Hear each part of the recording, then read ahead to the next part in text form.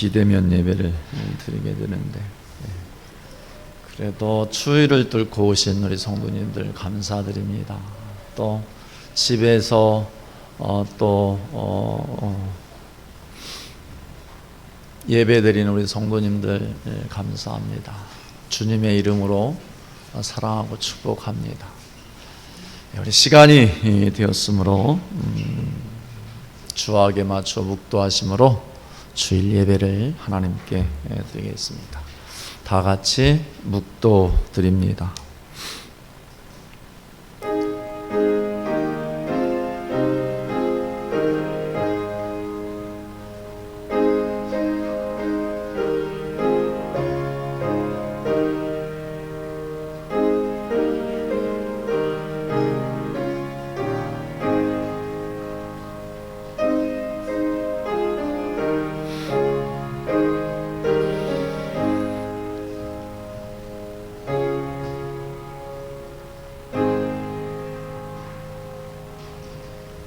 찬송가 40장 찬송 드리겠습니다.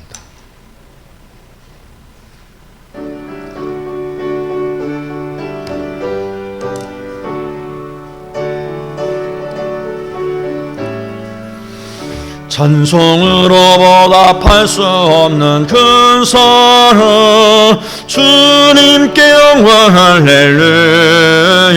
형제자매 모두 함께 모여 찬송해.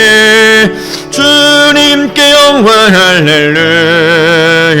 하나님의 자녀여 크게 찬송 부르며 밝고 거룩한 길로 기쁨으로 나아가 주의 보좌 앞으로 속히 들어가겠네. 주님께 영광 할렐루야. 은혜 받은 주님 은혜 한량 없도다. 주님께 영광 할렐루야. 기쁜 찬송 부르면서 천국 가겠네. 주님께 영광 할렐루야. 하나님의 자녀여 크게 찬송 부르며 밝고 거룩한 길로 기쁨으로 나아가 주의 보좌 앞으로 속히 들어가겠네. 주님께 영광 할렐루야. 잠시 후에 우리 모두 주를 보겠네. 주님께 영광 할렐루야. 영광스런 보좌 위에 거룩하신 주 주님께 영광 할렐루야. 하나님의 자녀여 그의 찬송 부르며 밝고 거룩한 길로 기쁨으로 나아가 주의 보좌 앞으로 속히 들어가겠네. 주님께 영광 할렐루야. 만육백 전국에서 소리 높여서 주님께 영광 할렐루야. 예멘토록 주의 공로 찬양하겠네. 주님께 영광 할렐루야.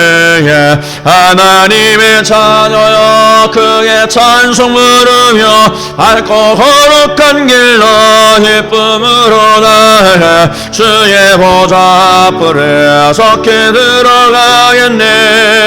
주님께 영광 할렐루야. 아멘. 교동문 1번 시편 1편 말씀을 교독하겠습니다. 교동문 1번 시편 1편 말씀입니다. 복 있는 사람은 악인들의 꾀를 따르지 아니하며 죄인들의 길에 서지 아니하며 오직 여호와의 율법을 즐거워하여 그는 시냇가에 심은 나무가 철을 따라 열매를 맺으며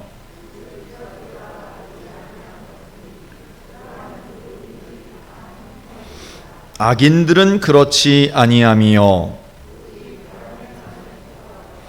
그러므로 악인들은 심판을 견디지 못하며 무릇 의인들의 길은 여호와께서 인정하시나 악인들의 길은 망하리로다. 아멘. 사도신경으로 신앙 고백을 드리겠습니다. 나는 전능하신 아버지 하나님 천지의 창조주를 믿습니다. 나는 그의 유일하신 아들 우리 주 예수 그리스도를 믿습니다. 그는 성령으로 잉태되어 동정녀 마리아에게서 나시고 본디오 빌라도에게 고난을 받아 십자가에 못 박혀 죽으시고 장사된 지 사흘 만에 죽은 자 가운데서 다시 살아나셨으며 하늘에 오르시어 전능하신 아버지 하나님 우편에 앉아 계시다가 거기로부터 살아있는 자와 죽은 자를 심판하러 오십니다. 나는 성령을 믿으며 거룩한 공교회와 성도의 교제와 죄를 용서받는 것과 몸의 부활과 영생을 믿습니다. 아멘. 다 자리에 앉으셔서 찬송가 84장 찬송 드리겠습니다.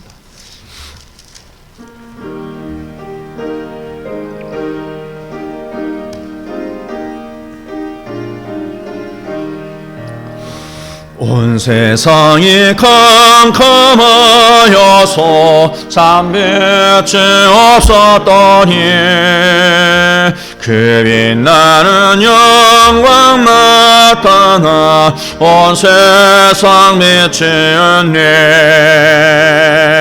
영광 영광의 주 영광 영광의 주 밝은 그 빛 내게 비추네. 영광 영광의 주 영광 영광의 주 이 세상에 빛은 주 예수님.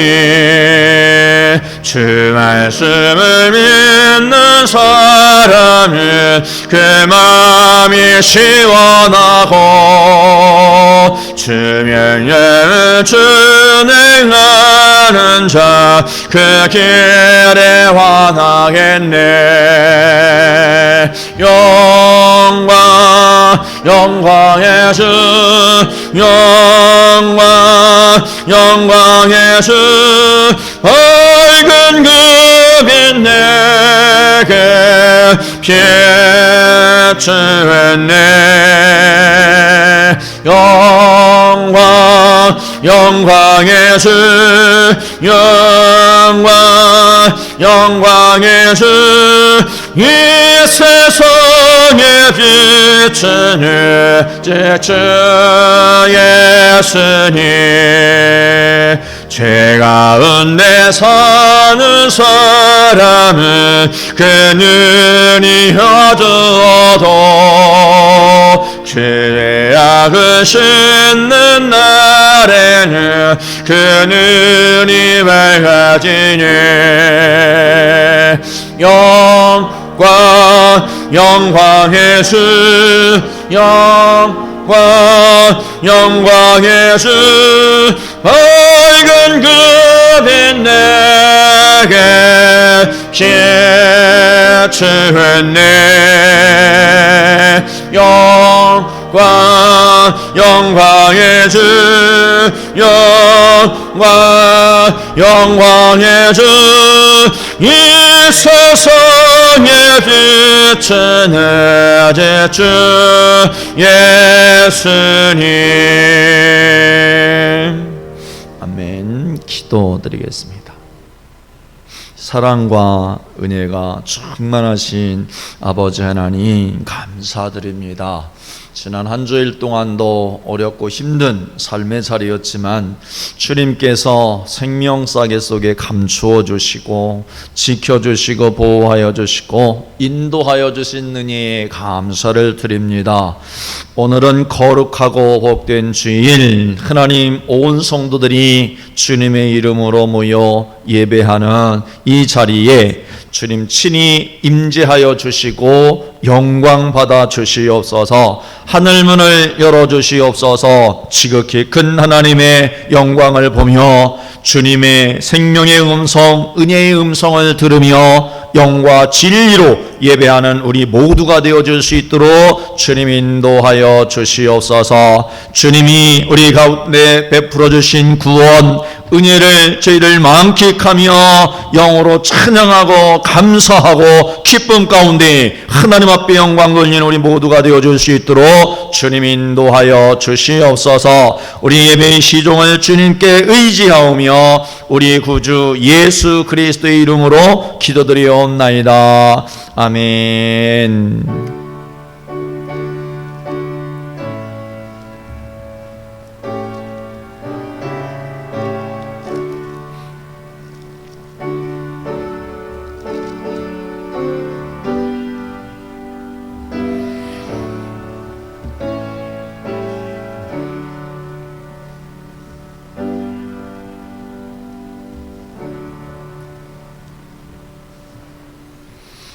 오늘 하나님께서 우리에게 주시는 말씀은 고린도후서 2장 12절로 17절까지 말씀입니다. 제 성경으로는 신약성경 287쪽입니다. 고린도후서 2장 12절 말씀부터 17절까지 말씀을 같이 읽겠습니다. 12절부터 17절까지 같이 말씀을 읽습니다. 내가 그리스도의 복음을 위하여 드로아의 이름에 주 안에서 문이 내게 열렸으니 내가 내 형제 디도를 만나지 못하므로 내 심령이 편하지 못하여 그들을 작별하고 마게도냐로 갔노라. 항상 우리를 그리스도 안에서 이기게 하시고 우리로 말미암아 각처에서 그리스도를 아는 냄새를 나타내시는 하나님께 감사하노라. 우리는 구원받는 자들에게나 망하는 자들에게나 하나님 앞에서 그리스도의 향기니 이 사람에게는 사망으로부터 사망에 이르는 냄새요 저 사람에게는 생명으로부터 생명에 이르는 냄새라. 누가 이 일을 감당하리요? 우리의 수많은 사람들처럼 하나님의 말씀을 혼잡하게 하지 아니하고 곧 순전함으로 하나님께 받은 것 같이 하나님 앞에서와 그리스도 안에서 말하노라. 아멘. 하나님 앞에 예배를 드리는 우리 모든 성도님들, 주님의 크신 은혜가 함께 하실 줄 믿습니다. 주님의 이름으로 사랑하고 축복합니다. 또 추위를 뚫고 또 예배의 자리에 선 우리 모든 성도님들께 감사드리고 또 하나님의 충만한 은혜가 임하시기를 살아계신 주님의 이름으로 축원합니다. 전에 제가 서울에 있을 때 이제 그 고속버스를 탈 일이 있어서 한번 택시를 급하게 한번 탄 적이 있습니다. 근데 그때는 이제 택시가 승합을 이렇게 합승을 하지 못하도록 법적으로 금하고 있는 그러한 시대였습니다. 그런데 혼자 이제 조수석에 앉아서 택시를 타고 터미널로 향하고 있는데 저만큼에서 할머니 한 분이 이제 손을 드는 것입니다. 근데 법적으로는 이제 그 합승을 금하게 되어졌으니까 운전기사 아저씨가 이제 저한테 묻는 거예요. 손님 좀 어떻게 아까 좀 합승을 해도 되겠습니까? 그러는 거예요. 근데 이제 할머니가 손 들고 이제 그러는 모습을 보고 하시라고 괜찮습니다. 그랬더니 이제 할머니가 이렇게 타시는 겁니다. 근데 할머니가 이렇게 타셨을 때에 이렇게 할머니가 타시자마자 이 할머니에게서 나는 그 냄새가 이제 강하게 이렇게 나는 그러한 것을 이제 느끼게 되어졌습니다. 그러니까 향수를 뿌리신 거예요, 할머니가. 멋쟁이 할머니시죠. 그냥 보통 할머니 같지 않고 자기 자신을 참 잘 가꾸는 그런 할머니, 이렇게 곱상하게 생기신 그런 할머니였는데, 근데 운전수 아저씨가 웃으면서 할머니 좋은 냄새가 나요. 그랬더니 그 할머니가 하시는 말씀이, 예, 제가 젊었을 때는 저도 전혀 화장을 안 했는데 나이 먹고 보니까 이게 내 몸에서 씻는다고 씻는데도 냄새가 나는 것 같다고 그러면서, 나올 때는 집에서는 모르지만 향수를 나올 때는 잠깐 살짝 뿌립니다. 그렇게 단아하게 말씀을 하시는 겁니다. 지금도 그 할머니 얼굴은 잊어버렸는데 그 할머니가 말씀하셨던 그 이야기는 그대로 이 머릿속에 남아 있습니다. 향수, 향기를 이제 뿌리고 다니셨던 그 할머니이시죠. 그런데 오늘 본문 가운데 말씀 보면 이 그리스도의 향기다, 너희가 그리스도의 향기다 하는 말씀이 15절에 이제 기록이 되어 있습니다. 냄새라는 단어가 나오고 향기라는 그 단어가 나오는데, 이 냄새는 이 헬라어로 이 오스멘이라고 하고, 이 향기는 이 유오디아라고 이렇게 쓰는데, 사도 바울이 이 고린도 성도들에게뿐만 아니고 오늘 예수 믿는 모든 사람들 가운데 있어서 너희는 그리스도의 향기다 이렇게 말씀을 하고 있다는 거죠. 우리를 보면 예수 그리스도의 냄새가 난다는 거죠. 예수 그리스도를 믿는 냄새가 난다 이렇게 말씀하고 있는 것이죠. 냄새가 있습니다. 사람에게 고요한 냄새가 있다라는 것이죠. 근데 우리가 살아갈 때 보면 이러한 저러한 여러 가지 이 냄새를 맡게 되어지는데, 좋은 냄새를 맡으면 어떻게 됩니까? 좋은 냄새를 맡으면 왠지 기분도 업되고 아주 좋은 냄새로 인해서 자기 마음도 상쾌해지고, 또 어떤 면에서는 좋은 음식의 냄새를 맡게 되어 입맛도 막 동하게 되어지고 그렇게 되어지지 않습니까? 그러니까 좋은 냄새를 맡으면 마음도 변화가 일어납니다. 좋은 냄새 맡으면 그런 것이죠. 그런데 나쁜 냄새를 맡게 되어지면 어떻게 됩니까? 마음이 상하죠. 마음이 상하고 찌뿌리 인상도 찌뿌리게 되어지고, 그 냄새로 말미암아 자기 기분까지 이제 다운되어지는 그런 일들이 일어나게 되어진다는 것이죠. 이 냄새는 그냥 한 자리에 있는 것이 아니고 퍼지게 되어져 있습니다. 자연스럽게 퍼지게 되어지고, 또 이 냄새는 이 거짓이 전혀 없습니다. 좋은 것은 좋은 냄새를 나고 그 좋은 냄새를 풍기고, 나쁜 것은 나쁜 냄새를 반드시 풍기게 되어져 있는 것이죠. 썩으면 어떻게 되어집니까? 썩은 냄새를 풍기게 되어져 있는 것이죠. 그리고 또한 이 냄새의 특징 가운데 하나는 오랫동안 이 냄새가 남아있다라는 것입니다. 오랫동안 남아있는 것이죠. 옛날에 저희 시골에서 이렇게 보게 되어지면, 겨울철에 되어지면 시골에서 잘 끓여 먹는 음식이 어떤 음식이 있습니까? 이 청국장이 있지 않습니까? 청국장이 있는데, 이 집집마다 이 청국장을 참 많이 이렇게 애용했던 그러한 시절이 어린 시절에 있었는데, 청국장을 끓이면 어떻습니까? 끓이는 그 냄새가 너무 멀리 퍼져버리게 되어집니다. 자기 그 집안뿐만 아니고 이웃집에까지 이렇게 퍼지게 되어지는데, 근데 시골에는 뭐 이렇게 집이 여러 칸이 있는 것도 아니고, 보통 이 부엌이 있고 안방이 있고 또 웃방이 있어서 방 두 개가 거의 이렇게 되어지는 그런 집들이 많이 있지 않습니까? 그런데 방 하나는 거실 겸 이렇게 부엌 비슷하게 그런 겸해서 이렇게 사용하는데, 그곳에서 이제 청국장 끓여 먹게 되어지면 어떻게 됩니까? 아주 냄새가 오랫동안 합니다. 근데 정작 그 청국장 끓여서 먹는 사람들은 조금 지나면 어떻게 되어집니까? 잊어버립니다. 자기들은 청국장 냄새가 안 난다고 생각하는데, 근데 외부 사람이 다 그 집에 가면 어떻게 되어집니까? 청국장 냄새가 너무 나는 거죠. 청국장 싫어하는 사람은요, 그 집에 들어갈 수도 없는 것이죠. 그 집에 있는 사람은 냄새에 익숙해서 청국장 냄새가 그렇게 심하지 않지만, 외부 사람들은 그렇게 그 냄새를 강하게 맡을 수 있는 것입니다. 그러니까 이 냄새는 어떻게 되어집니까? 동화작용을 일으키는 것입니다. 동화작용을 일으켜서 그 냄새가 그 자기 전혀 냄새를 못 맡도록 그렇게 느끼지 못할 정도로 그렇게 하면서도 그 냄새는 사라지지 않는다라는 겁니다. 그런데 오늘 말씀 가운데 너희는 그리스도의 향기다 라고 하는 이 말씀은 우리가 조금 깊이 생각해 봐야 된다라는 것입니다. 왜냐하면 언뜻 생각하면 이 말씀의 의미, 영적인 의미를 간과하고 지나갈 수 있기 때문에 그런 것입니다. 해석이 좀 어려운 부분이 오늘 본문의 이 말씀입니다.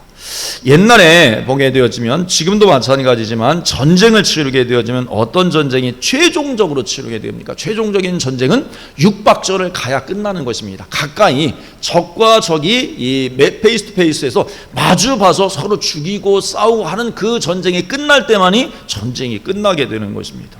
근데 육박전은 상당히 무서운 전쟁입니다. 왜냐하면 직접 막 총으로 찌르고 총으로 쏘고 하기 때문에 이 피가 유혈이 낭자하다는 것이죠. 이게 가슴에 저희 흉탄 그 탄알 맞게 되어지면 그 탄알 맞은 것으로 인해서 사람이 호흡을 하면 피가 보통 솟는 것이 아니랍니다. 이 힘이 얼마나 강한지 피가 쫙쫙 솟는다는 거예요. 그러니까 총 맞은 사람뿐만 아니라 이 창에 찔린 사람, 칼에 맞은 사람뿐만 아니라 공격하는 사람 앞에도 피가 막 그냥 튀겨오는 것이죠. 막 온몸이 피로 뒤범벅이가 되는 것입니다. 그런데 사람을 죽이다 보면, 전쟁 가운데 있어 사람을 죽이다 보면요, 이 눈에 살기가 막 가득해진다는 것입니다. 언제라도 그 살기가 가득해서 눈이 빨개지고 누구라도 찔러서 죽일 수 있는 그러한 상태가 된다라는 것이죠. 그러니까 피폐해진다는 거예요. 그래서 전쟁이 끝나게 되어지면 예전 같은 경우에 우리나라도 보면 서울에 바로 경복궁 그 뒤 산 너머 쪽에 무엇이 있었는가 하면 세검정이라는 곳이 있습니다. 세검정이라는 곳이 있는데 지금은 세검정이 부촌입니다. 바로 청와대 뒤 산 너머에 있기 때문에 아주 부촌인데, 그런데 옛날에는 그 세검정이 전쟁을 치르고 돌아오는 사람들이 본성으로 한양으로 돌아오기 전에 그 세검정에서 이제 몸도 씻고 빨래도 하고 마음도 추스리고 그 전쟁 가운데 피폐해졌던 그런 것들을 회복하고 성 안으로 들어왔다는 것입니다. 전쟁의 후유증이 그만큼 무서운 것이죠. 영화에도 보면 가끔 전쟁은 끝났는데도 그 상처 가운데 헤어나지 못하는 그런 사람들이 많이 있지 않습니까? 그러니까 그렇게 심한 것이죠. 그래서 이 로마에도 가면 폼페이라고 하는 그런 도시가 있는데, 로마의 그 본성에 들어오기 전에 전쟁을 치른 사람들이 폼페이에 가서 한 달 동안 머물면서 신탕 술도 마시고 또 뭐 그냥 그렇게 하면서 환락의 어떤 그러한 그 삶을 한 달 동안 살면서 전쟁의 독을 다 뽑아버렸다는 것이죠. 마음도 다시 이제 다잡고 그러면서 다시 이제 성으로 돌아올 수 있었다는 것입니다. 그러니까 오늘 말씀 가운데 보면 전쟁 가운데 이제 전쟁에서 이기게 되어지면 어떤 일들이 일어나는가 하면, 그러면서 이제 이 본성으로 이 로마로 입성하게 되어질 때는 이제 큰 행진을 승리하고 나서 이제 행진을 펴게 되어졌는데, 제일 앞에는 신말을 타고 장군이 이제 제일 앞에서 이제 행진을 하면서 들어오고, 그 다음엔 계급적으로 쭉 이제 계급적으로 이제 병사들, 그 다음에 또 이제 전리품들, 그 다음에 맨 마지막에는 전쟁 가운데서 이제 그 잡은 포로들을 제일 마지막에 이제 행진을 하면서 나팔을 보면서 행군을 하면서 그렇게 온다라는 것이죠. 그런데 그 행진을 할 때 가장 큰 특징이 어떤 특징이 있는가 하면, 제일 앞에 이제 장군이 오고 그 중간 정도에 큰 항아리, 마차에 항아리를 실어서 그 항아리 가운데 있어서 엄청난 향을 피웠다는 것입니다. 이 전쟁을 치르고 다시 이제 승리하고 돌아올 때는 엄청난 양의 그 향을 피워서 막 향과 연기를 하늘에 이렇게 뿜게 되어져 있다는 것이죠. 그래서 그 도성에서 보면 이 전쟁에서 이기고 돌아올 때 보면 그 향이 하늘에서 연기가 막 뿜어지게 되어질 때 그 전쟁을 학소구대했던 사람들이 있지 않겠습니까? 자기 남편이나 아니면 자식들이 갔을 때 전쟁에서 이겼는지 졌는지 그것들을 확인을 막 궁금해하던 차에 그 향연이 피어오른 그 모습을 보고 온 그 도성 사람들이 다 모여서 그 축제 가운데 막 행진을 하는 그러한 일들이 일어난다라는 것입니다. 그러니까 향기가 피어오를 때 이긴 사람의 입장에서 보면 어떤 것입니까? 이긴 사람 입장에서 보면 참 기쁨 가운데, 환희 가운데, 생명을 얻은 그런 승리 가운데 이제 만끽하면서 함성을 지르면서 그 향기내를 맡으면서 오게 되어지는데, 문제는 그 향내를 맡은 제일 뒤에 있었던 포로들은 어떻게 되어지는 것입니까? 그 향내를 맡으면서 포로들은 이제 몇 시간 있으면 본성에 도착하면 심판을 받고 감옥에 처해서 비참한 삶을 살아가든지, 아니면 죽음에 이르는 냄새가 그 향기가 되어졌다라는 것입니다. 전쟁을 이긴 사람들에게는 승리의 향기고 정말로 축제의 향기일 수 있지만, 전쟁에 진 포로들은 그 향기야말로 죽음의 향기고, 어떤 면에서는 수치의 향기고, 어떤 면에서는 정말로 죽지 못해 맡을 수밖에 없는 악취가 된다라는 것입니다. 그래서 오늘 15절 말씀 가운데 보면 이러한 말씀이 있지 않습니까? 이 사람에게는 사망으로부터 사망에 이르는 냄새요, 저 사람에게는 생명으로부터 생명에 이르는 냄새라. 누가 이 일을 감당하리요? 그렇게 말씀을 하고 있습니다. 그러니까 향기를 앞에 두고 생과 사가 갈리는 것이죠. 이 향기를 앞에 두고 영광과 부끄러움이 쫙 나눠지게 되어지는 것이죠. 그러니까 이긴 자에게는 그 향기가 어떻게 되어지는 것입니까? 생명의 향기가 되어지는 것이죠. 승리의 향기가 되어지는 것이고, 이긴 자에게는 축복의 향기가 되어지는 것입니다. 그런데 진 자에게는 사망의 냄새가 그 향기로부터 오게 되어지는 것이죠. 패배의 냄새가 오고 저주의 냄새가 오게 되어지는 것이죠. 그래서 오늘 15절 말씀 가운데 보면 우리는 구원받은 자들에게나 망하는 자들에게나 하나님 앞에서 그리스도의 향기니, 그렇게 말씀합니다. 우리는 그리스도의 향기가 되어진다는 것이죠. 사랑하는 성도 여러분, 이 사실을 믿음으로 취하는 저와 여러분들 다 되시기를 주님의 이름으로 축원합니다. 우리는 그리스도의 향기인 거예요. 그런데 오늘 말씀을 조금 잘못 이해하고 있으면요, 나름대로 해석을 하면 이러한 말씀으로 해석하는 사람들이 있습니다. 잘못된 차원의 해석입니다. 그리스도의 향기라고 생각하니까 맞아, 우리는 하나님 앞에서 선한 일을 해야 되고, 어떤 면에서 옳은 일을 해야 되고, 윤리적인 차원에서 정말로 바른 삶을 살아가야 되지, 이게 바로 그리스도인의 향기지, 이렇게 생각할 수 있다라는 것이죠. 그러니까 이 말씀을 선과 윤리의 차원으로 해석할 수 있다는 것입니다. 그런데 그래서 그렇게 되어지면 이렇게 해석하는 것이, 그래, 예수 믿는 사람들은 정말로 도덕적으로 잘 살아가야 돼, 그렇지? 근데 예수 믿는 사람들이 어떻게 저럴 수가 있어? 아니, 예수 믿는 사람들이 어떻게 더 이기적일 수가 있어? 예수 믿지 않는 사람들보다 더 어떤 면에서는 정말로 파렴치하게 사나? 내가 저런 사람들 보니까 내가 교회 나가기 싫어, 나는 예수 믿기 싫어, 이렇게 생각할 수 있다는 것입니다. 예수 믿는 사람들이 차원 높은 삶을 살아가야지, 어떻게 윤리적인 그런 삶을 살아가야지, 어떻게 더 안 믿는 사람, 안 믿는 사람들보다도 더 어떻게 윤리적으로 저런 삶을 살아가야 되냐, 이렇게 생각할 수 있다는 것입니다. 말은 옳은 이야기예요. 근데 오늘 이 너희는 그리스도의 향기다, 이 말씀은 그러한 선과 윤리를 넘어서는 향기를 말씀하고 있다라는 것이죠. 그리스도의 향기입니다. 이 향기는요, 삶과 죽음을 가르는 향기라는 것입니다.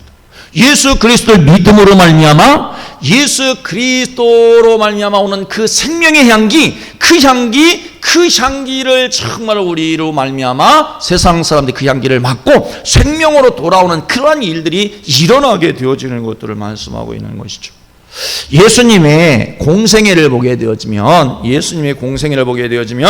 예수님이 가시는 곳곳마다 어떤 일이 일어납니까? 예수님이 가시는 곳곳마다 환자들이 다 치유되어지고 회복되어지고, 심지어는 죽은 사람도 다시 살아나고 귀신 들린 사람도 다 쫓겨가는 역사가 일어나고, 그러한 치유의 역사와 회복의 역사가, 살아나는 역사가 일어나지 않습니까? 그러니까 심지어는 죽은 사람도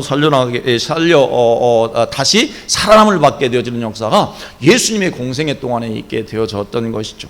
그래서 이 재미있는 유머가 있는데, 그래서 예수님은 공동묘지에 지나가시면 안 된다 그랬다는 것이죠. 왜? 공동묘지에 지나가면, 예수님이 지나가면 다 그 시신들이 일어나서 살아나기 때문에 예수님 공동묘지에 가면 안 된다, 이런 우스갯소리가 있다라고 이야기를 합니다.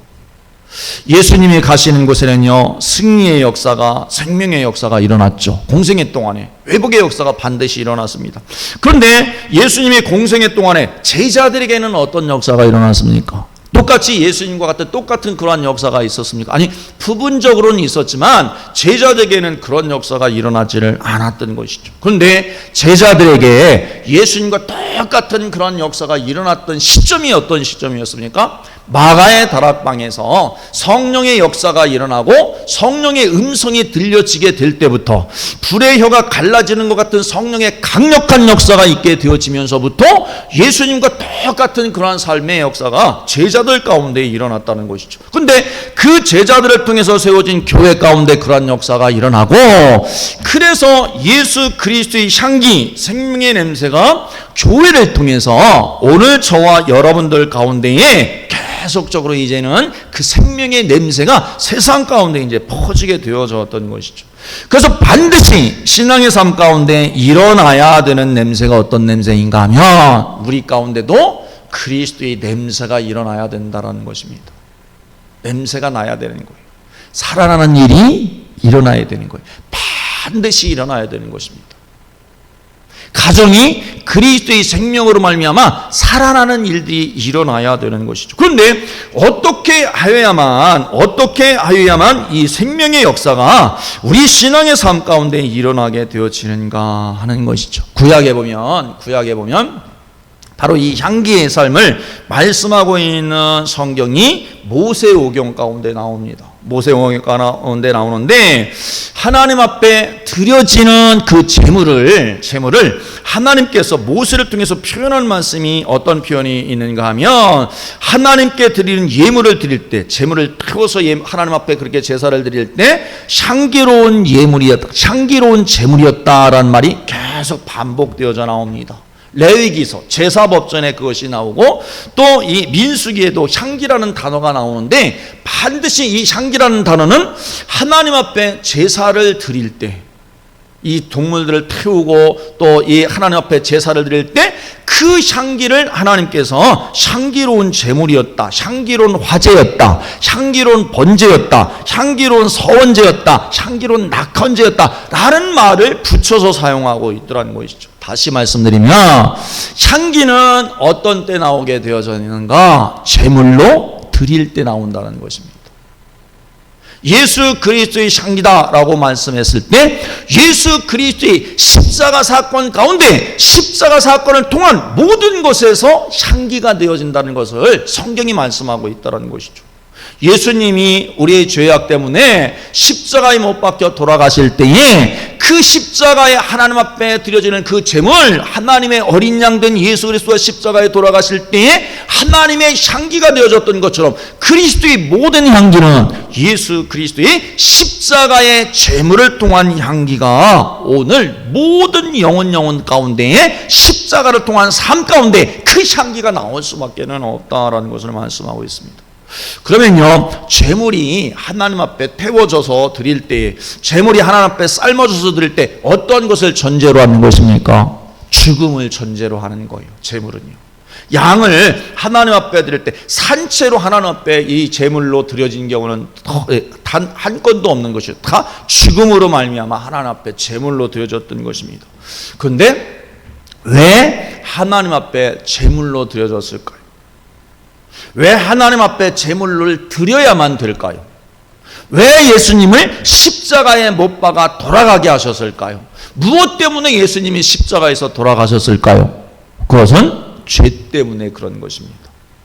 죄 때문에 제물을, 어린 양을, 소를, 또 염소를 하나님 앞에 각을 뜨고 태워서 하나님 앞에 향기로운 제물로 드릴 수밖에 없었던 것처럼, 예수 그리스도의 십자가도 우리의 죄 때문에 하나님 앞에 그렇게 드려질 수밖에 없다는 것이죠. 이 말은, 죄 때문에 그랬다는 말은, 그렇게 죄 때문에 제물로 드릴 때에 그 제물로 말미암아 죄가 어떻게 되어지는 거예요? 깨끗하게 사함을 받는 것입니다.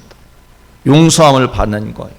그게 향기가 있는 거예요. 하나님 앞에 용서가 된 그 제물이 하나님 앞에 올려지게 되어졌을 때, 그 제물을 통해서 용서함을 받게 되어졌을 때 그때의 향기가 바로 우리 신앙의 삶 가운데에 그 향기가 나타날 수밖에는 없다라는 것을 말씀하고 있는 것입니다.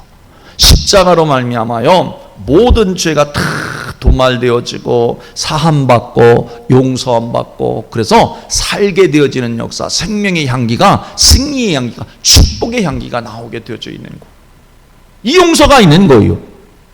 이 용서가요 우리는 막연히 그냥 십자가로서 내 모든 죄가 다 사함받았지, 아니 영적으로 구체적으로 이 모든 죄가 깨끗하게 다 사함받게 되어졌기 때문에 이 거룩한 은혜를 덧입고 하나님 앞에 나가 기도하고 응답받고 예배하고 찬양하고 하나님의 임재 영광을 보고 주님의 음성을 듣고 주님의 그 사명을 감당하면서 승리하는 생명의 역사가 우리 가운데 일어나게 되어지는 것이죠. 십자가의 은혜 때문에.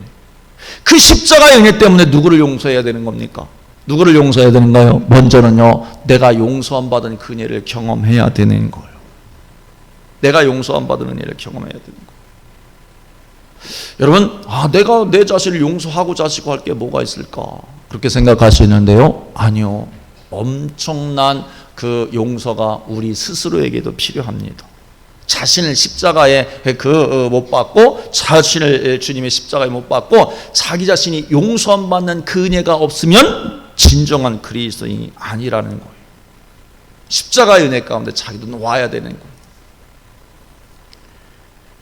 많은 경우에 있어서요 자기 자신을 용서하지 못하고 영적으로 좌절하고 낭망하고 영적으로 무력한 삶을 살아가는 성도들이 의외로 참 많이 있습니다. 누구 예외 아니에요. 그래서 우리는 심지어 하나님을, 예수 그리스도의 십자가를 믿고 있으면서 이렇게 생각할 수 있습니다. 나 같은 것이 이렇게 신앙생활 해가지고 내가 기도해봐야 하나님의 응답이 일어나나, 그렇게 생각하는 거예요. 언뜻 보면 상당히 옳은 것 같아요. 양심적인 것 같아요. 내가 신앙생활 제대로 못하는 것 때문에 기도해도 하나님이 응답해 주시지 않을 거야, 이렇게 생각하는 어떤 그런 양심적인 신앙의 삶을 산다, 그렇게 생각할 수 있는데 영적인 난목에서 보면 자기 자신을 어떻게 하는 거예요? 용서하지 못하는 거. 그래서 좌절해요, 낭망해요, 영적으로 무기력한 삶을 살아가는 거예요. 이거는요 평신도든지 아니면 권사든지 아니면 장로든지 예외가 없어요. 목회자도 예외가 없어요. 목회할 때도 보면요, 여러분들이 이렇게 다 시시콜콜하게 목회자의 어떤 삶이나 영적인 어떤 그런 부분을 다 이렇게 알 수는 없을지는 몰라도 목회하는 것이 쉽지 않아요.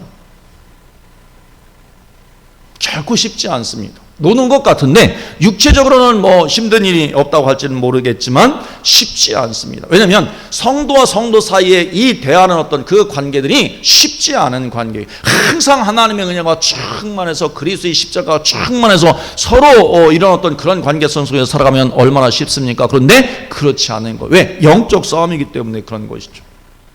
성도들이요 교회를 떠날 때 한번 생각해 보십시오. 교회를 떠날 때 모든 성도들이 다 예외 없이 교회를 떠날 때는 교회에 대해서 좋은 말 합니까? 안 좋은 말 합니까? 다 안 좋은 말 하는 거예요. 목회자에서 좋은 감정을 가지고 떠날까요? 안 떠날까요? 다 목회자에 대해서 좋은 감정 가지고 있는 사람이 교회를 떠날 일은 없습니다. 그러면요 뒤집어 이야기하면 그 관계성 속에서 딱 마주쳤을 때 목회자의 심정은 어떨까요?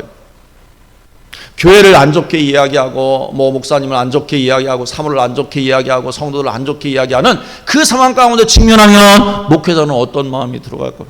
십자가의 은혜로 내가 사랑해야 되는데 하면서도 됩니까? 안 됩니까? 안 되는 거예요, 영적으로. 그러면서 어떤 생각을 가지고 있는가 하면, 그렇지, 나도 알아, 내가 안 되는 거 나 알아, 네가 이야기 안 해도 내가 그런 거 나 알고 있어. 스스로 어떻게 생각하는 거예요, 목회자? 그렇게 생각하는 거예요. 그래서 교회가 어려우면요 목회자는 그 짐을 다 지고 있는 거예요. 그러면 지면서 뭐라고 생각하는가 하면, 그래, 목회자가 영성이 없으니까 그렇지, 하나는 십자가의 삶이 없으니까 교회가 이렇지, 그러니까 성도들이 떠나가지고 그 짐을 혼자 어떻게 하는 거예요? 다 지고 있는 거예요. 스스로 지고 있는 거예요. 그래서 율법적인 차원에서 나를 어떻게 하니까, 나 스스로를, 목회자 스스로가 정죄하는 거예요. 네가 그러니까 그렇지, 네가 기도를 그렇게 안 하니까 그렇지, 네가 말씀대로 그렇게 안 사니까 그렇지, 그렇게 온통 다 율법적인 걸 가지고 짐을 지고 살아가는 게 목회자 스스로일 수 있는 거예요. 나 스스로일 수 있는 거예요. 근데요, 어느 날 보니까 영적인 통찰력을 가지고 보니까 그게 내가 어떤 면에서는 교회의 짐을 지고 어떤 면에서는 그런 기도점을 가지고 살아가는 지금 옳은 것 같은데 영적인 차원에서 보니까 전혀 그게 옳은 게 아니에요. 왜? 주님의 십자가가 있기 때문에 그런 거예요. 주님의 십자가가 이미 나의 모든 죄, 어떤 면에서는 이 땅 가운데 살아가면서 지른 죄뿐만 아니라 목회적으로 하는 모든 어떤 상황이나 그 모든 것들이 다 주님의 십자가 가운데 어떻게 용서함 받은 거예요. 내 스스로가 용서함을 받은 거예요. 그래서 그 십자가의 은혜 가운데 놓고 보니까요, 자유함이 있게 되어지는 거예요. 그래, 내가 잘못됐지만 주님의 십자가의 은혜 가운데 모든 것들이 다 사함을 받았는데 이제는 그 십자가 앞에 내려놓자라고 생각하니까요, 자유함이 있는 거예요. 주님의 십자가는 내가 어떤 죄를 저질렀다 할지라도 그 죄를 다 깨끗하게 도말할 수 있는 십자가의 그 죄사함의 능력이 예수님께서 그것을 감당하셨기 때문에 나에게도 그 은혜가 임하는 거예요. 그렇게 되어지니까요, 어떤 생각이 들어가는가 하면, 그렇게 떠났던 성도들이 어떤 생각이 들어가는가 하면요, 너무너무 고마운 거예요. 감사한 거예요. 참 애썼다. 근데 그때 애쓸 때 애쓴다라고 이야기를 했어야 되는데, 율법을 꼭 갖춰가지고, 야, 네가 그렇게 살면 되겠냐, 야, 네가 성도가 그래도 교회 기둥인데 네가 그렇게 살면 되겠냐, 수도 없이 율법으로 짐지었던 것들이 너무너무 미안해지는 거예요. 주님의 십자가가 아니고 율법을 지웠던 것이죠. 나를 용서해야 되는 거예요. 주님의 십자가 앞에 내놓아야 되는 거예요. 성도를 용서해야 되는 거죠. 왜? 십자가 앞에 용서가 되어질 때에 실제적으로 그때부터 하나님의 생명의 냄새가 나기 때문에, 승리의 역사가 일어나기 때문에 그런 것입니다. 가족들을 어떻게 해야 될까요? 가족인데 뭐 용서하고 자시고 할 일이 뭐가 있어? 아니요, 용서해야 되는 거예요. 영적으로 보면 그런 거예요. 근데 용서하지 못하고 용서했던 것 같다고 그냥 침묵하다고 잊어버린 것 같다가도 무슨 일이 일어나면 어떻게 되어집니까? 전혀 용서가 안 되는 거예요. 이게 다시 막 그 홍수 때 홍탕물이 다시 일어나는 것처럼 그렇게 막 내 영혼 가운데, 마음 가운데 그런 것들이 막 끌어올르는 거죠. 가족에 대한, 부모에게도 그런 거 있어요. 부부간에도 그런 거 있을 수 있어요. 자녀에게도 그런 것이 있을 수 있어요. 저는 그 며칠 전에 제가 좀 이렇게 그 꿈은 잘 안 꾸는데, 돌아가신 아버지 꿈을 꾸었어요. 아버지 꿈을 꿨는데, 제가요, 무슨 일을, 그러니까 아버지한테 감정이 쌓여가지고, 꿈에 감정이 쌓여가지고, 그 집을, 아버지 집을 막 나오려고 하는데 아버지는 막고 있는 거예요. 나가지 말라는 거죠. 근데 저는요, 아버지의 감정이 막 너무 안 좋아서 아버지의 그 막아서는 그것들을 막 뿌리치고 이렇게 나오는 꿈을 꾸게 되어진 거예요. 아니, 이게 뭐냐. 그 꿈을 깨고 나서 참 그랬어요. 아니, 아버지를 왜 그렇게 그걸 미치고 막 집을 나오려고 했냐. 왜 아버지에 대한 감정을 그렇게 내가 가지고 있나. 평소에 그런 거 없어요. 아버지 존경하죠. 아버지 참 반듯하게 살아오셨으니까, 자식들을 위해서 헌신하고 했으니까. 근데 어떤 생각이 나는가 하면요, 제가 젊었을 때에 그 취직을 해서 월급을 이렇게 받아서 이제 항상 아버지 앞에 그 월급 봉투를 다 갖다 드렸는데, 근데 한 번은 피치 못하게 꼭 써야 할 일이 있어서 그것을 쓰고 봉투를 이제 갖다 드린 적이 있습니다. 그랬더니 반듯한 아버지가 자식이 잘못될 것 같은 그런 걱정 때문에 그랬는지는 모르지만 책망을 한번 하신 거, 크게도 나무라는 것이 아니었어요. 근데 저는 책망받고 뭐 잘못하고 지적받고 하는 것을 잘 못하니까, 근데 그 아버지 책망을 한 발 탁 받고 난 다음에 어떤 생각이 들어갔는가 하면, 내가 이게 책망받을 일이야. 아버지가 나를 낳아놨다고 하면, 내가 직장에서 이렇게 저 월급을 아빠한테 드리는 것이 아니라 나는 지금 공부하고 싶고 그런데 정말로 책임져야 되는 거 아니야? 아빠한테 그 마음이 들어가는 거예요. 그 당시. 그래서요, 아무 소리도 않고 나왔습니다. 그래서 그 밤에 집에를 안 들어갔어요. 거리에서 배회하면서요, 하늘을 보면서 길거리에서 잠을 잤어요. 다 그 별을 보면서. 낳아놨으면 책임을 져야지 하는 그 마음이 있었던 거예요. 아버지에게. 근데 꿈 깨면서부터 그 생각이 일어나. 그때 내가 아버지에 대한 그 마음이 있어서 꿈속에도 이게 수십 년이 어렸을 때 꿈꾸미니까, 어렸을 때 있었던 일이니까 아버지에 대한 그 마음이 나 가운데 있었는가 보다라고 생각이 되어지면서 주님의 십자가를 생각하고 그것을 깨끗하게 털어버렸습니다. 남아있는 거예요. 용서하지 못한 찌꺼기가 내 마음 가운데, 내 영혼 가운데 사로잡고 있는 것입니다. 그 용서의 삶이 없으면 정말로 그리스도의 생명의 향기가 우리를 통해서 나타날 수가 없는 것입니다.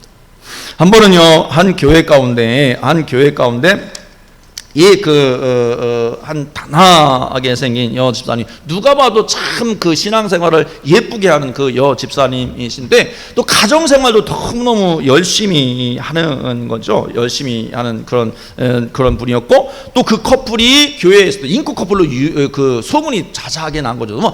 외적으로 살아가는 모습이 너무너무 예쁘니까, 부부간에 부부 애도 좋고 자녀들도 반듯하게 키우고 하니까 이 그 인기 부부로 이렇게 소문난 커플이었던 것이죠. 근데 한 집사님이, 아내 집사님이 하루는 심각하게 목사님을 이제 그 상담을 신청해서 상담을 하게 되어졌던 것이죠. 상담의 내용은 이것이었습니다. 그렇게 인꼬 부부로 소문을 났는데 5년 전에 남편이 외도를 한 것입니다. 자기 아내를 두고 외도를 한 거예요. 그걸 이 아내 집사님이 알게 된 것이죠. 근데 그거를 알고 이제 서로 어떤 면에서는 이 남편이 용서를 빌고 그러면서 실제적으로 이제 그 외적인 문제는 다 깨끗하게 해결이 되어졌는데, 그 이후로 이 아내 집사님이 남편에게 정말로 가까이 가지를 못하는 거예요. 남편이 와도, 남편이 이 가까이 오려고 해도 가까이 있기 싫다하기가 싫은 거예요. 용서가 안 되는 거죠. 알아요. 예수님의 십자가의 사건은 용서돼야 된다는 거 알아요. 근데 남편이 가까이 오려고 하면 거절해버리는 거죠, 이 아내 집사님이. 그렇게 5년이 지났는데, 지나고 난 다음에 남편이 그러더라는 거예요. 뭐라고 이야기하면, 당신 더 이상 그리스도인이 당신은 아닌 것 같다, 그러더라는 거예요, 남편이. 그래서 당신은 더 이상 그리스도인이 아닌 것 같다는 그 말 때문에 어떻게 해야 되는지를 목사님하고 상담을 하고 있는 거죠. 그리스도인일까요? 그리스도인이 아닐까요? 명목상의 그리스도인인 거죠. 그리스도의 생명이 없는 것이죠.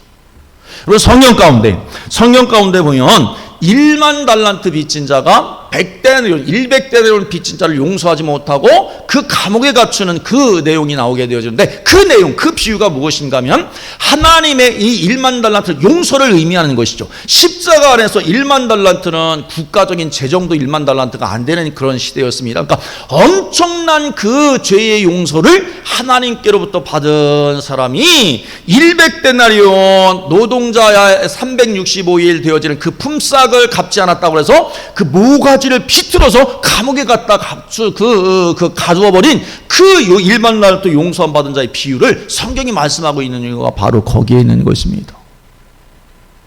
가족 용서해야 되는 거예요. 이게 없으면 안 되는 거예요. 이게 십자가의 은혜인 거예요. 성도와 성도 사이의 관계에 있어서 정말로 용서해야 되는 거예요. 용서 안 하면 율법 가운데 내 스스로를, 내 영혼을 율법 가운데 얽매어 놓고 정말로 영적인 자유가 아니라 사망의 냄새가 날 수밖에 없는 것입니다. 신앙생활에 승리할 수가 없어요. 승리의 냄새를 맡을 수가 없는 것입니다. 오늘 말씀 가운데 보십시오. 오늘 이 베드로후서 2장 14절 15절에 보면 항상 우리를 그리스도 안에서 어떻게 이기게 하시고, 그래서 이기게 하시고 승리하게 하시고 우리로 말미암아 각처에서 있는 곳 어디에서든지 그리스도를 아는 냄새를 나타내시는 하나님께 감사하노라. 우리는 구원받은 자들에게나 망하는 자들에게나 하나님 앞에서 그리스도의 향기니, 그랬습니다. 어떻게 이길 수가 있겠어요?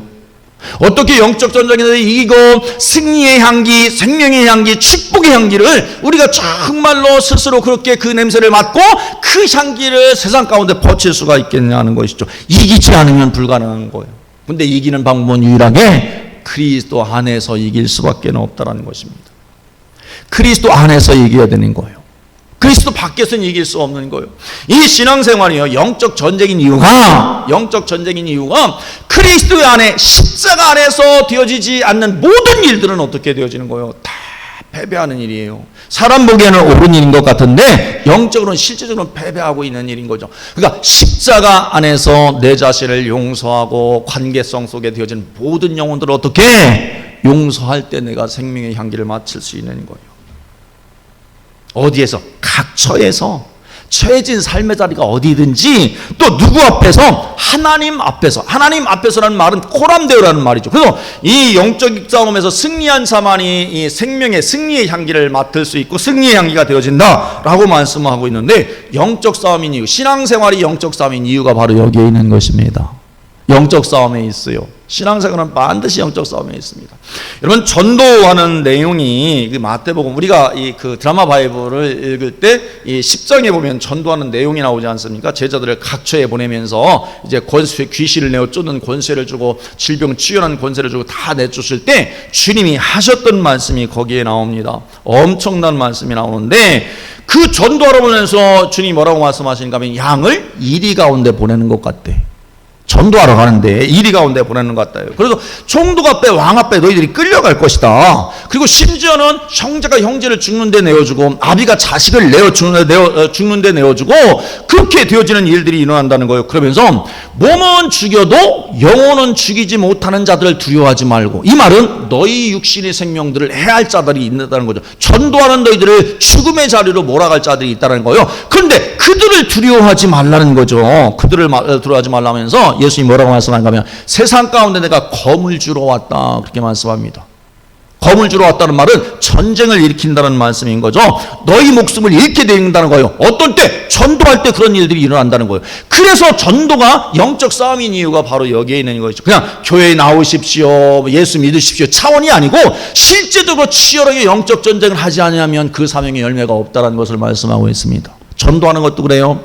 그러면 하나님 말씀을 읽는 것은 어떻게 될까요?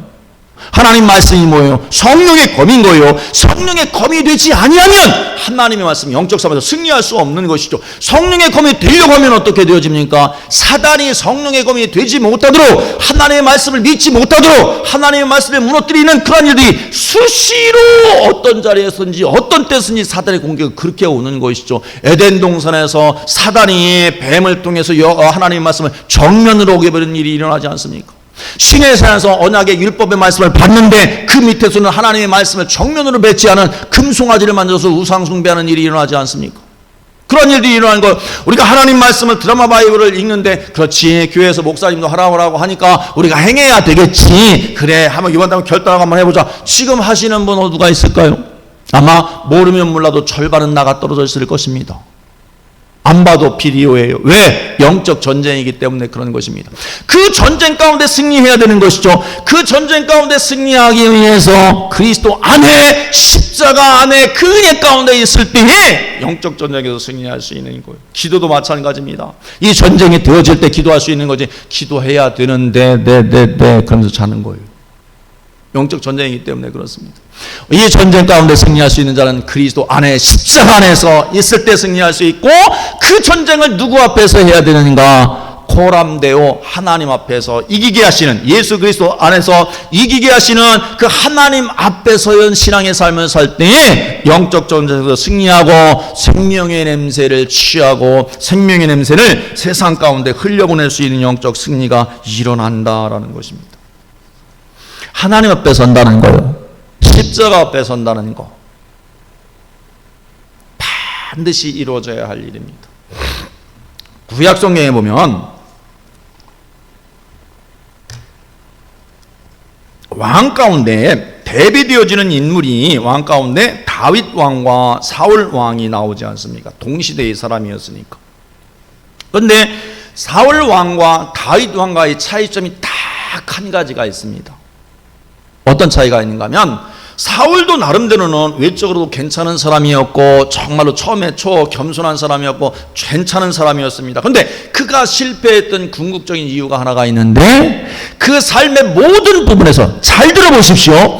사울이 살아갔던 모든 베이직, 사울의 삶의 기초가 어디였는가 하면 세상이었다는 것입니다. 세상이었어요. 철저하게 세상이었습니다. 사울. 근데 다윗은요, 다윗도 물론 잘못한 일도 있고 범죄한 일도 있지만, 그러나 그 범죄했을 때조차도 다윗은 누구 앞에 서 있었는가 하면 하나님 앞에 서 있었다는 거예요. 차이가 그것입니다. 고람대오의 삶을 다윗은 살아갔고, 사울은 세상에 기초한 삶을 살아갔다는 거죠. 예를 들면 이런 것입니다. 사울은요, 언제나 상황을 보고 반응하는 인물이 사울이었습니다. 블레셋과의 전쟁 가운데 있어도, 아멜렉과의 전쟁이 있어도 상황을 보고 반응을 했던 인물이 사울 왕이었습니다. 사무엘이 기한 내에 오지 않으니까 그 적 앞에서 어떻게 하나님 앞에 묻지를 않았다 그러면서 하나님 앞에 제사장이 드릴 수 있는, 사무엘만 드릴 수 있는 그 예배를 대신 자기가 드리면서 그 위기를 극복해 보려고 합니다. 아멜렉과의 전쟁 가운데 다 진멸해버리라 그랬는데, 진멸하지 못한 이유가 무엇이었는가 하면 백성들이 다 이구동성 볼때같이 일어나서, 아니 이 아까운 것을, 이 전리품을 왜 다 진멸하려고 합니까? 백성들이 다 들고 일어나니까 그 소리 듣고 물질의 유혹을 받아서 사울 왕이 그들 좋은 것들을 그대로 남겨두는 그 하나님 말씀 가운데 떠나는 그 일들을 행했다는 거예요. 무엇에 기초한 거예요? 언론에 기초한 거죠. 백성들이 다 그렇게 요구하니까. 또 한 가지는 그 백성들이 그렇게 요구하는 그 베이직이 무엇입니까? 물질주의가 있었던 거죠. 그 아까운 것을. 우리는 그 전쟁 가운데 전쟁에 기껏 해놓고 전리품 하나 없으면 되겠냐? 이게 말이 되냐? 모든 군대 백성들이 다 그렇게 이야기하니까 좋은 것들을 남겨두고 하나님 말씀을 떠나고 하는 일들이 일어나게 되어졌던 것입니다. 그런데 다윗은 아닙니다. 600명을 가지고 광야로 산으로 외국으로 망명하고 그런 처참한 삶을 살 때도 자기 백성이, 그 일라 백성들이 블레셋의 침공을 받아서 이제 하게 되어지니까, 다윗은 그 소식을 들었을 때 첫 번째로 자기가 직접 상관이 없는 문제임에도 불구하고 뭐라고 이야기하는가 하면 다윗이 하나님 앞에 물으면서, 하나님 그 일라에 가서 내가 블레셋 사람과 전쟁을 해야 되겠습니까? 하나님 앞에 기도합니다. 하나님 그들을 내 손에 붙이겠다 가려고 하니까 자기 부하들이 나서는 겁니다. 아니 대장이시여, 우리가 유대 땅에 있는 것도 생명의 위기를 느끼는데 지금 블레셋과의 전쟁을 나간다는 말입니까? 당치도 않은 이야기입니다. 상황적으로는 전혀 맞지도 않습니다. 이 자기 부하들이 그렇게 이야기하니까 다윗이 다시 한번 하나님 앞에 묻습니다. 하나님 그 일라로 내려갈까요? 내려가라. 그들을 내 손에 붙이겠다. 그래서 나가는 사람이 다윗이었다는 것입니다. 심지어는요, 이 다윗은 요압이 자기 부하이면서 자기 명령을 거역하면서 행하는데도 직접 그를 단죄하지를 않고 하나님 앞에 요압의 그 행위를 놓고 하나님께서 해결해 주시기를 간구했던 인물이 다윗이었다는 거죠. 저쪽에 고람됨. 왜 그랬을까요? 다윗은 어렸을 때부터 딱 한 가지 생각이 있었습니다. 전쟁은 여호와께 속한 것이다. 여호와께 속한 것이라는 말은 하나님 앞에 내가 서 있을 때 전쟁 가운데 승리할 수 있다. 이게 다윗의 신앙의 삶의 기초가 되어졌던 것입니다. 오늘 우리 신앙의 삶 가운데 있어서도 어떠한 삶의 자리, 사람들 보기에 이게 이익일 것 같고 이게 옳은 길일 것 같고 이게 도리인 것 같지만, 그것이 인간적인 인본주의에 기초한다라면 그것은 반드시 무너질 것이고, 하나님 앞에 코람대오의 삶을 살 때, 주님의 십자가의 그 능력 안에 우리가 삶을 살 때에 진정한 승리가 일어나고 생명의 냄새가 있고 승리의 냄새가 있고 축복의 냄새가 그때부터 이제 세상을 향해서 우리가 나올 수 있게 된다라는 것입니다. 사랑하는 성도 여러분, 영적 전쟁에서 승리할 때만 생명의 냄새를 맡을 수 있는 거예요. 생명의 냄새를 발할 수 있는 거예요.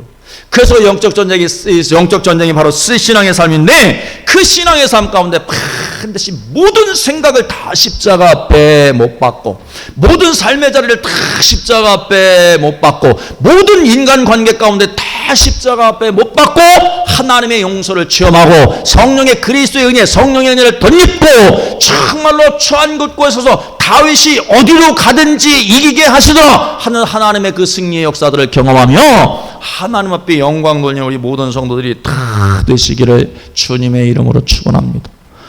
저 권사님이 가면, 저 권사님은, 저 성도님은 그리스도의 냄새가 나. 한 그 열매가 우리들 가운데, 우리 중앙교회 가운데 일어나서 이제는 정말로 생명에 이르는 그 냄새를 나도 맡을 뿐만 아니라 이제는 생명의 향기, 승리의 향기, 축복의 향기가 되어져서 가정들이 다 살아나고 영혼들이 살아나고 우리가 가는 곳곳마다 예수 그리스도를 아는 냄새로 영혼들을 구원해낼 수 있는 영적인 승리와 축복이 우리 모든 성도들 가운데 다 있기를 주님의 이름으로 축원합니다. 오늘 각처에서 하나님 앞에서 그렇게 말씀하고 있는데 각처 어디든지 우리 삶의 자리 가운데 예수 그리스도의 십자가의 향기 너희는 그리스도의 향기니 하는 말씀이 이루어지는 축복이 저와 여러분들 가운데 우리 교회 가운데 영원히 있기를 주님의 이름으로 축원합니다. 기도드리겠습니다.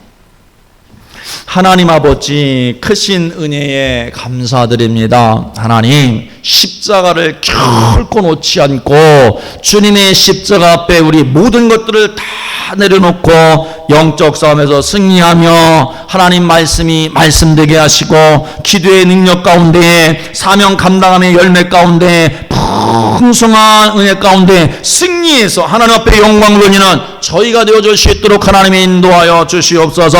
우리의 삶의 자리가 어떤 자리이든지 각처에서 예수 그리스도를 아는 냄새 아버지 생명의 향기가 아버지 세상 가운데 정말로 퍼져갈 수 있도록 하나님 도와주옵소서. 특별히 우리 중앙교회를 통해서 생명의 역사가 우리 전주 땅에 한국 땅에 세계 땅까지 아버지 하나님 퍼져나갈 수 있는 그러한 하나님의 귀한 교회가 되어줄 수 있도록 주님 역사하여 주시옵소서. 주께서 이루실 것을 믿고 감사드리며 우리 구주 예수 그리스도의 이름으로 기도드리옵나이다. 아멘.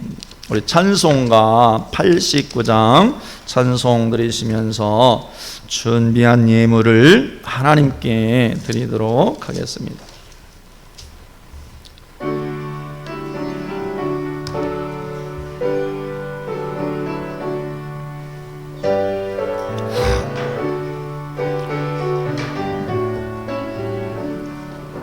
샤론의 꽃 예수 너의 마음에 거룩하고 아름답게 비소서. 내 생명의 참 사랑의 향기로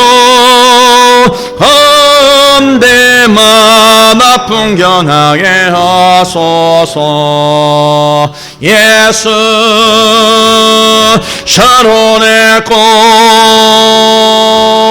너의 맘에 사랑으로 비소세.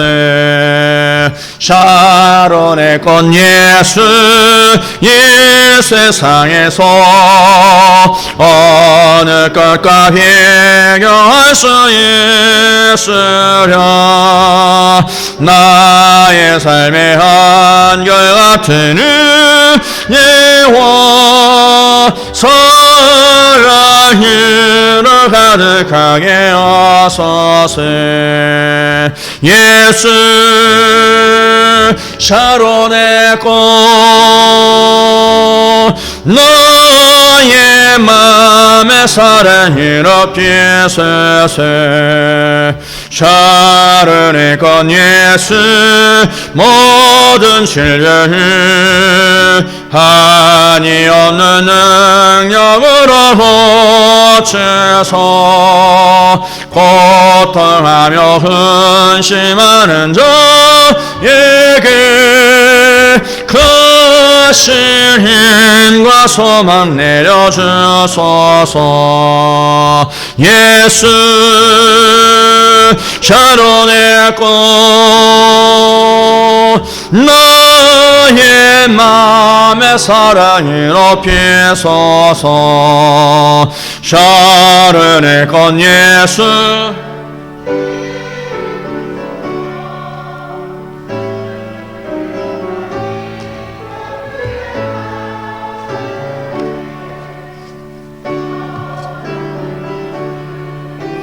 엎드려 경배하며 영광 돌릴 때까지. 예수 샤론의 꽃 너의 맘에 사랑으로 비소세. 아멘. 우리 옆에 있는 귀한 분들과 사랑의 교제를 한번 좀 나누도록 하겠습니다. 십자가로 승리합시다. 인사 한번 나눠주시기 바랍니다.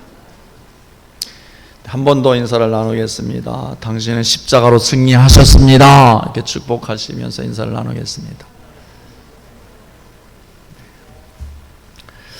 네, 드라마 바이블이 하고 있는데요. 우리 주부에도 다시 한번 이름이 나갔는데, 네, 우리 드라마 바이블 읽는 이것이 있어야 됩니다. 왜냐면 이게 그 드라마 바이블을 듣다 보면 이제 하루 분량이 있는데 어떤 때 보면 이게 넘어가지를 않고 계속 성경이 사무엘상이 보통 한 4장 5장을 읽게 되어져 있는데, 예를 들면 5장을 읽었는데도 계속 이어서 사무엘상이 계속 나갈 수 있습니다. 그러니까 이거를 다 가지셔서 이 날짜가 여기 있지 않습니까? 번호가 쭉 있는데 이 순종란이 있어요. 그래서 읽은 날은 이 순종란을 체크하면서 이렇게 읽으면 됩니다. 그래서 계속 나갈 때는 다시 이제 핸드폰을 그 본문을 클릭을 해서 읽을 수 있도록 그렇게 하시면 되겠습니다. 혹 중단되신 분도 있을 텐데, 그 정상이에요. 지극히 정상인 거예요. 중단되신 분들이 정상이니까.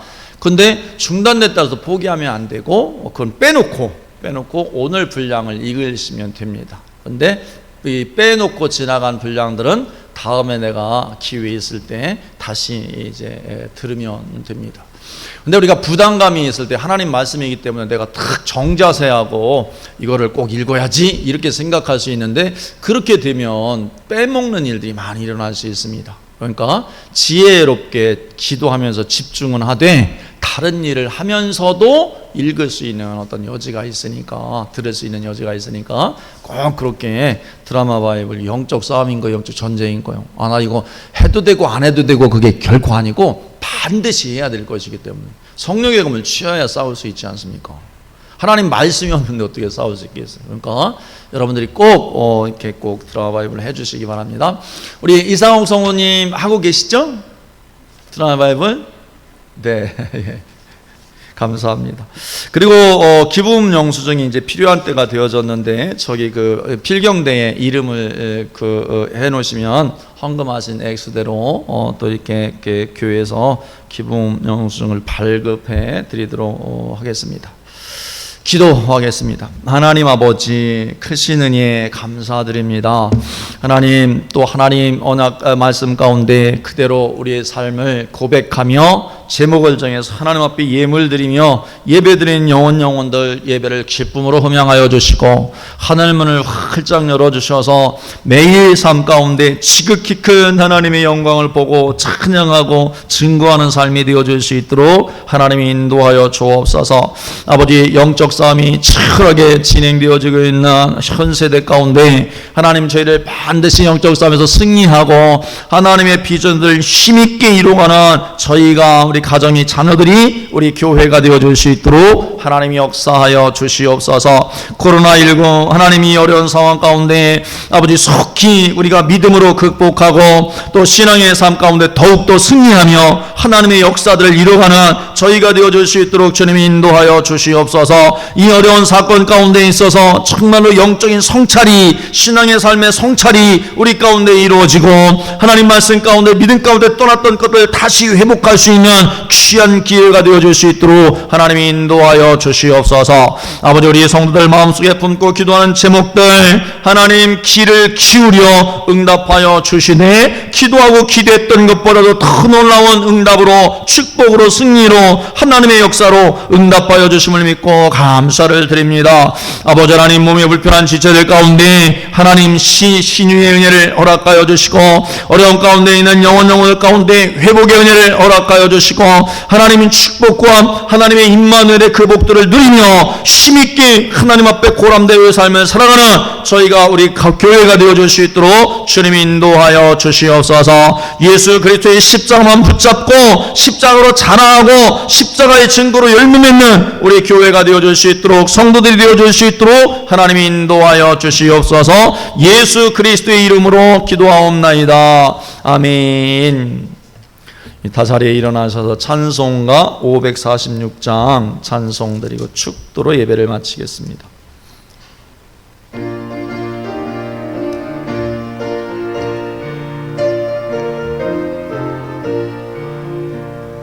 주님 약속하신 말씀 위에서 영원토록 주를 찬송하리라. 소리 높여 주께 영광 돌리며 약속 믿고 굳게 소리라. 굳게 소리 영원하신 말씀 위에 굳게 소리 굳게 소리 그 말씀 위에 굳게 소리라.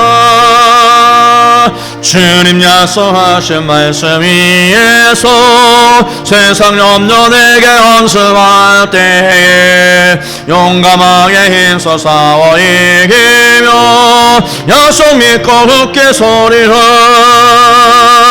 굳게 소리 영원하신 말씀 위에 굳게 소리 굳게 소리 그 말씀 위에 굳게 소리라.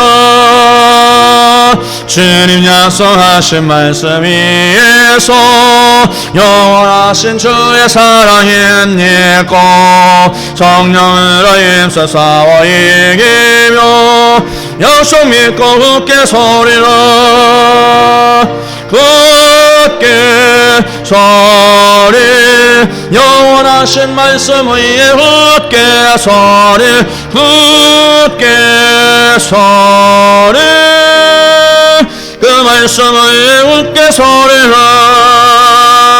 주님 약속하신 말씀 위에서 성령 인도하는 대로 행하며 주님 품에 항상 안식 얻으며 약속 믿고 굳게 소리라. 굳게 소리 영원하신 말씀 위에 굳게 소리 굳게 소리 그 말씀 위에 굳게 소리라. 아멘. 이제는 우리 구주 예수 그리스도의 크신 은혜와 하나님 아버지의 만극하신 사랑과 성령님의 교통하심과 충만하신 은혜 은총의 역사가 이제 그리스도의 향기가 되기로 결단하며 세상으로 나가는 우리 모든 성도들 영혼 가운데, 가정 가운데, 우리 교회 가운데 영원히 함께 하옵시기를 간절히 축원하옵나이다. 아멘.